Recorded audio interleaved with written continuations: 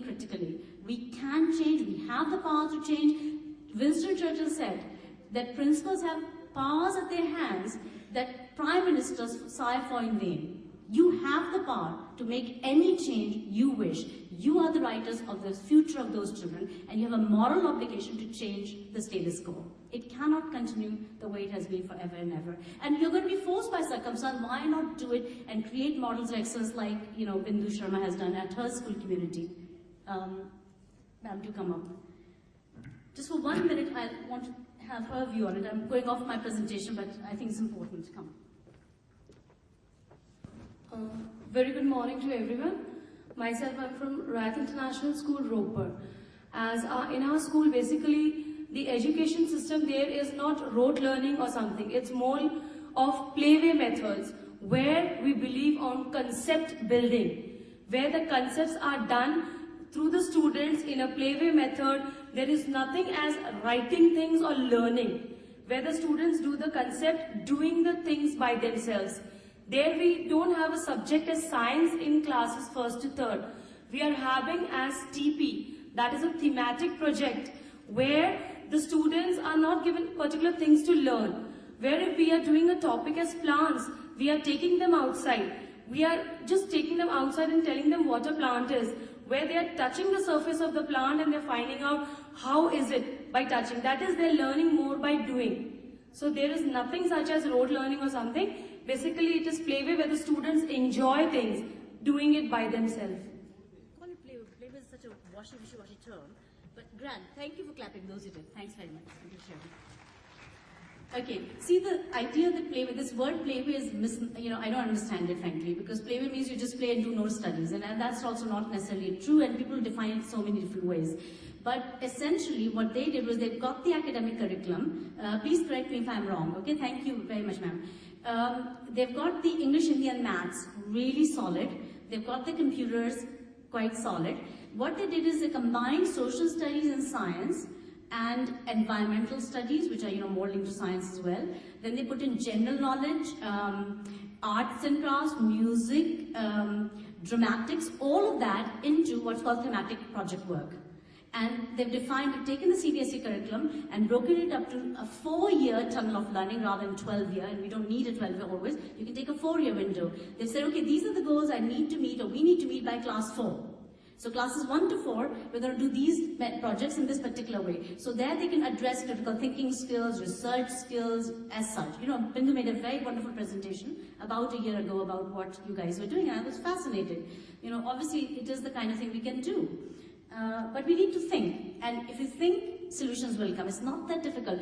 Last week I was in Guwahati in Assam, and these were high school teachers, and we said, okay, why don't you have a 6-part presentation. First thing you do is introduce the topic for understanding, build some interest, get some kinesthetic movement or tactile understanding, and get that going, and then you do this and this and that. So next day, the teachers prepared their lessons and came up with it, and it was mind-blowing. Totally mind-blowing. Give the teachers the window to think that they can do things creatively. Make the creativity important. I'm not saying that you should only sing and dance all day long or not do the academic. That should be a way to excite some interest, make a real life link, get the children to understand before they move on. For example, I can say, oh, nouns are, children write down in your notebooks, nouns are names of people, places, animals, things going all over the head. Kids are not understanding. How about doing a kinesthetic exercise where they actually end up sorting, classifying, giving names, and figuring out, oh yes, that's what, we call things names, and therefore there could be these 4 categories, and then some games around it. So they understand. Once they've understood, it's done for life. You don't have to do it again and again and again. This cycle of teaching and reteaching, it's unbelievable. We're teaching in class 6. What we should have taught in class 4 and 5 and 3, in fact, prime numbers, we reteach in class 6. It's complete waste of time because we didn't do it in the right way in the first place. Why not reach perfection as you go along and focus on perfection, then rush through some maddening syllabus? Syllabus is not the goal. The goal is understanding. The goal is moving a child from one level of understanding to the next through the 14-year process. So we know that, old education isn't working. A lot of us will agree to that. Then it's a question of, well, what could be a new education? And I'd simply term it as an upside-down model of education, just to simplify our understanding and say, okay, kya ho sakta hai? What can it be? So it can be seen as an upside-down model of education. Whatever we thought was important in the past, we make it the opposite, less important. For example, so far we've been giving higher salaries, I'm sorry for those who are senior teachers here, higher salaries to senior teachers.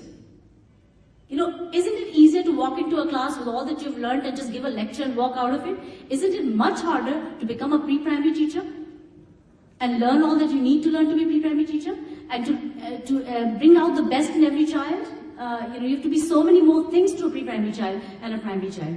So one of the ways in which, and progressively, you can move your school slowly, because you get the teachers who are the least paid in pre-primary, you get the least amount of materials in the pre-primary, you don't have the big fancy labs if you like, you have children paying the least in pre-primary. Over time, if you can educate your parents, they'll start to recognize, yes, pre-primary is important, and you also have to pay the teachers better, and slowly improve the pre-primary climate so people can start valuing it, and you can produce, because those are the most important years. There's no doubt about it.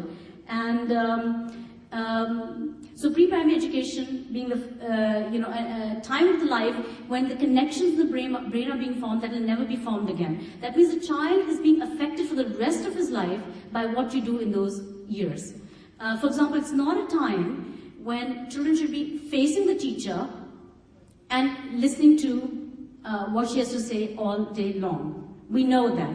But then what can we do in a different way? How can we do this differently? For example, one of my teachers, we talked about this in the school, and she had drawn for children a leaf. She said, children, this is how you draw a leaf. You know how teachers normally teach? They show you the leaf on the blackboard and say, this is how you draw a leaf. So then she thought about it a little more. She said, okay, I'll keep it as a baseline, but let me try something else now. So she took the children out into the playground, into the garden, and had them pick fallen leaves and bring the leaves back. And then they colored the leaf in different colors and made impressions in their drawing book. A week later, she said, okay, let's draw a leaf again. And it was unbelievable, the detail that the children were able to draw because of that one experience. She became converted to the idea that experiential learning means much more to a child than the old way. Now, in the old way, you say, follow me, do as I say. Don't do as you want, but do as I say. So in the process, you're killing all curiosity of the child, their creativity. You're saying there's only one way to do something, or my way is the better way. Just listen and see and do as I say. Then you get full marks. And I think this is total.